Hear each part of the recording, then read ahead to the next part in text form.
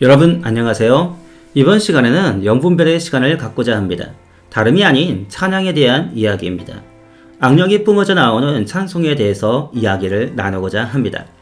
자, 그렇다면 질문을 할 수 있겠죠? 어떻게 찬송에서 악령이 뿜어져 나오냐고 말입니다. 결론적으로 말씀을 드리면 진짜 그렇습니다. 자, 그럼 시작해 보도록 하겠습니다. 여러분, 찬송은 하나님의 성령만 전달하는 것입니다. 그런데 찬송을 통해 악령이 역사한다고 하니까 좀 놀라셨을 수도 있겠다 싶습니다.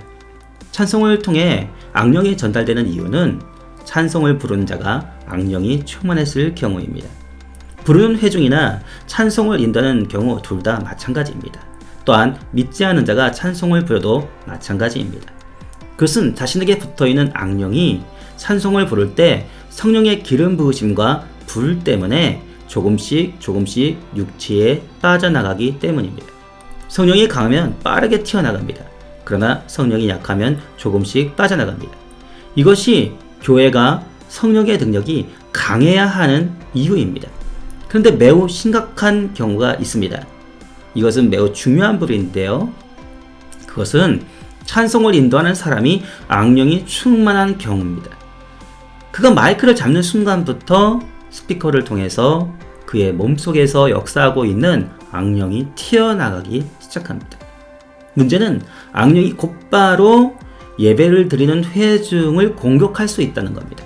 그러나 찬양이 계속 진행될수록 공격했던 악령들도 그들을 쫓아낼 성령의 능력이 임하기 때문에 견디지 못하고 쫓겨나가게 되긴 하지만 말입니다. 이때 중요한 것은 예배를 완전히 성령의 도가니로 만드는 것입니다. 제가 교회에 초청을 갔을 때의 일입니다. 그 교회는 신학교 총장님이 운영하는 교회였습니다. 본 예배 전에 찬송을 교회에서 인도하고 있었습니다. 그때까지는 영의 흐름이 괜찮았습니다. 그런데 조금 지난 후에 어떤 남자분이 들어왔습니다. 그분은 교회에서 가끔 찬송을 하는 분이었다고 합니다. 그날따라 늦게 온 것입니다. 그가 마이크를 들고 이전에 찬양 인도자들과 함께 찬양을 했습니다. 그런데 그 순간부터 예배의 영적인 흐름이 바뀌기 시작했습니다. 그 남자분이 입을 열어 찬양할 때마다 교회 안에 악령들이 역사하기 시작했습니다. 강단에 있던 저에게도 와서 공격을 했습니다. 순간 저의 심령을 굳게 만들었습니다. 곧바로 저는 축사에 들어가 제게서 악령들이 튀어나가게 했습니다. 그리고 예배를 인도하여 다시금 교회의 영을 뜨겁게 달구었습니다. 찬양 인도를 했던 남자분은 예수를 믿는 사람이었습니다. 아내는 중국에 있고 자신은 한국에서 혼자 지낸다라고 했습니다. 그는 예배에 오기 전에 자신에게 역사하고 있던 악령을 해결하지 못하고 있었던 것입니다. 이렇게 말하면 아니, 어떻게 예수를 믿고 찬송까지 인도하는 사람이 악령이 충만할 수 있냐라고 물어보고 싶지 않습니까? 하나님을 믿으면 악한 자가 건드리지도 못한다고 했는데 그게 뭔 말이냐고요? 여러분, 성경은 전체로 봐야지 부분 쪼가리로 보면 안 됩니다.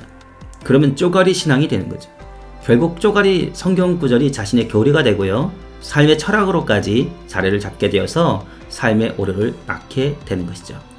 자, 그럼 어떻게 악령이 들어가는지 함께 알아볼까요? 이해가 어려우시더라도 끝까지 시청해 주시기를 부탁드리겠습니다. 예수님은 제자들을 둘씩 짝을 지어 보내시면서 귀신을 내쫓고 병자를 고치는 능력을 주셨습니다. 그 중에는 가룟 유다도 있었습니다. 예수님은 그에게도 하늘의 능력을 주셨습니다. 유다는 돈깨 옆에서만 돈깨를 맡고 있었던 것이 아닙니다. 유다도 능력으로 예수님이 주신 임무를 완수하고 돌아왔습니다. 그런데 가룟 유다의 직분이 사도입니다. 재정 사도인 것이죠. 굉장한 신임을 받는 사람인 겁니다. 돈을 아무에게나 맡기는 사람은 없습니다. 요즘에는 장로님들과 집사님들이 재정을 맡으시는데 예수님 때에는 사도가 재정을 맡았습니다. 사도요, 능력자요, 재정사도인 가룟 유다가 물질에 눈이 멀어가지고 그만 예수님을 팔아버린 것입니다. 그런데 그에게 성경은 사단이 들어갔다라고 말을 합니다. 바울도 사단의 가시에 대해서 말을 하고 있습니다. 이 말 또 비판할 사람이 있을 것 같은데요.